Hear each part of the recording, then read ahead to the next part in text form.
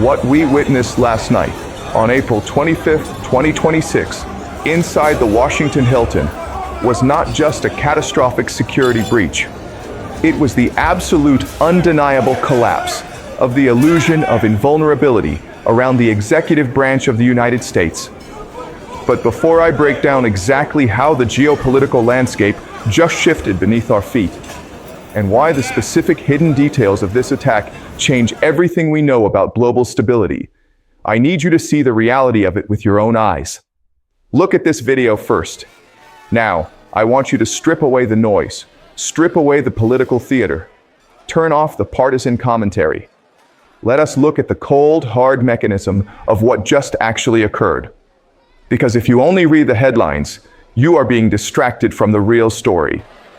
For decades, the White House Correspondents Dinner has been the ultimate symbol of Washington's untouchable elite. The president, the cabinet, the most powerful journalists, and corporate titans, all gathered under one roof, theoretically protected by the most sophisticated, highly funded security apparatus on the planet. It is an event designed to project absolute American institutional control. And yet, a 31-year-old man named Cole Tomas Allen, armed with a shotgun, a handgun, and multiple knives, charged directly at a Secret Service checkpoint just feet away from a ballroom where the entire command structure of the United States government was sitting. Donald Trump stated that he initially thought the noise was just a tray dropping. Guests were quietly eating a spring pea and burrata salad. In a fraction of a second, that mundane reality was shattered by the deafening sound of 5 to 8 gunshots echoing through the corridors. A Secret Service agent was shot at point-blank range, his life saved only by the ballistic fibers of his vest. The suspect was tackled, handcuffed, and dragged away, while hundreds of the most powerful people in America ducked under banquet tables in sheer terror. But here's where the analytical mind must separate from the panicked crowd.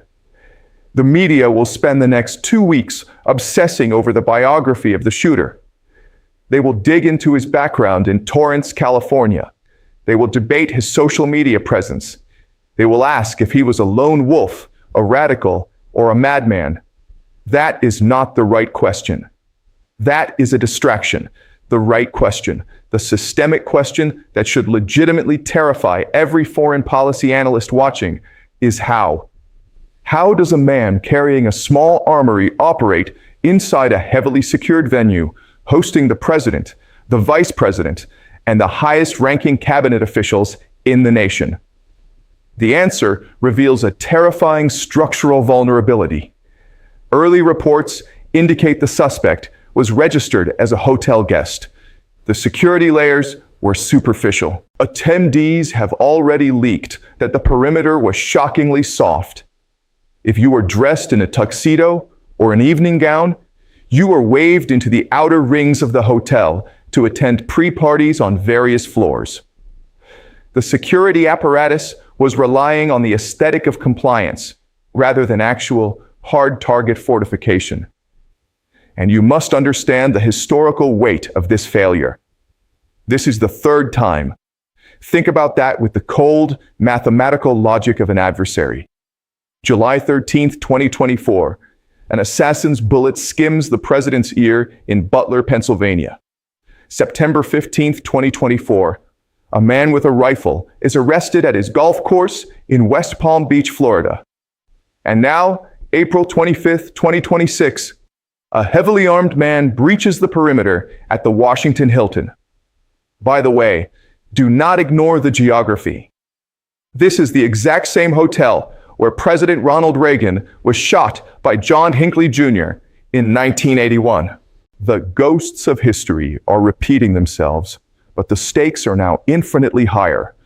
When an assassination attempt happens once, it is a catastrophic failure. When it happens 3 times to the exact same leader, it is a loudly flashing signal to every hostile intelligence agency on Earth. The American shield is fundamentally porous, and I need you to fully grasp who is in that room. This was not a campaign rally in an open field.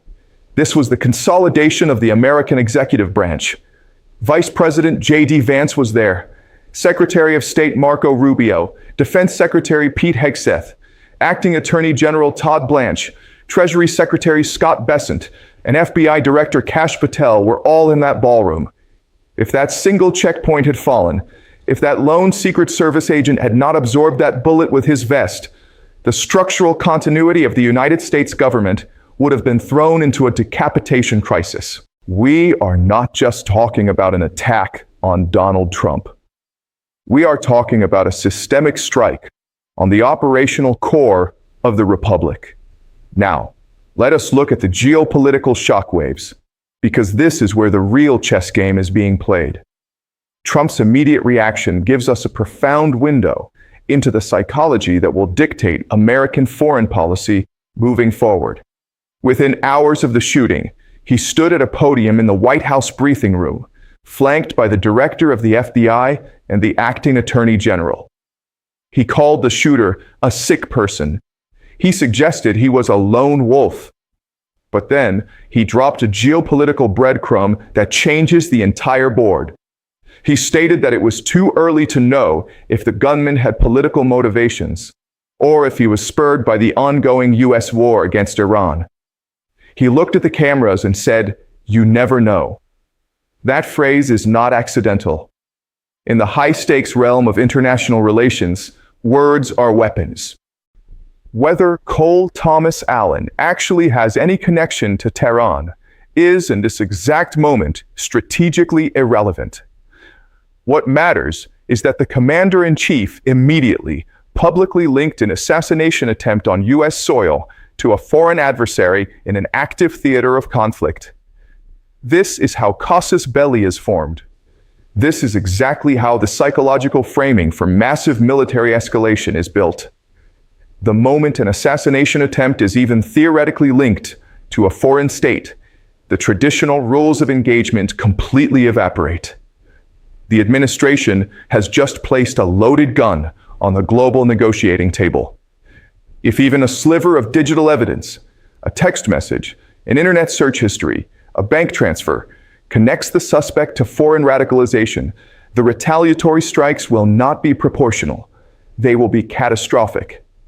Let us look deeper into the multipolar chaos we are currently navigating. In the 1980s, during the Reagan assassination attempt, we were in a Cold War.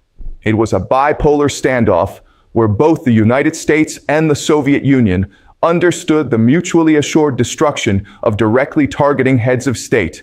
There were rules to the great game. Today, there are no rules. We have witnessed the normalization of extreme political violence crossing the threshold from the fringes directly into the imperial capital. In that very ballroom last night sat Erica Kirk, the widow of political activist Charlie Kirk, who was assassinated just last year. The underlying fabric of domestic stability is tearing, and the world is watching it happen in real time in high definition. Trump compared himself to Abraham Lincoln last night. He told the press, the people that make the biggest impact, they're the ones that they go after. They don't go after the ones that don't do much because they like it that way. That is not just political rhetoric. That is a psychological declaration of invincibility. When a leader survives 3 separate attempts on his life, 2 distinct psychological shifts occur. And if you study history, you will recognize them immediately. First, the leader begins to view their survival as an absolute mandate. The hesitation that normally constrains executive action completely disappears. The caution advised by bureaucrats, generals, and diplomats is dismissed as cowardice. If you fundamentally believe you are being kept alive by divine intervention or sheer historical destiny, you do not negotiate with your enemies. You dictate terms to them. The risk calculus of the Oval Office has just been permanently altered. Second, the adversaries calculus changes.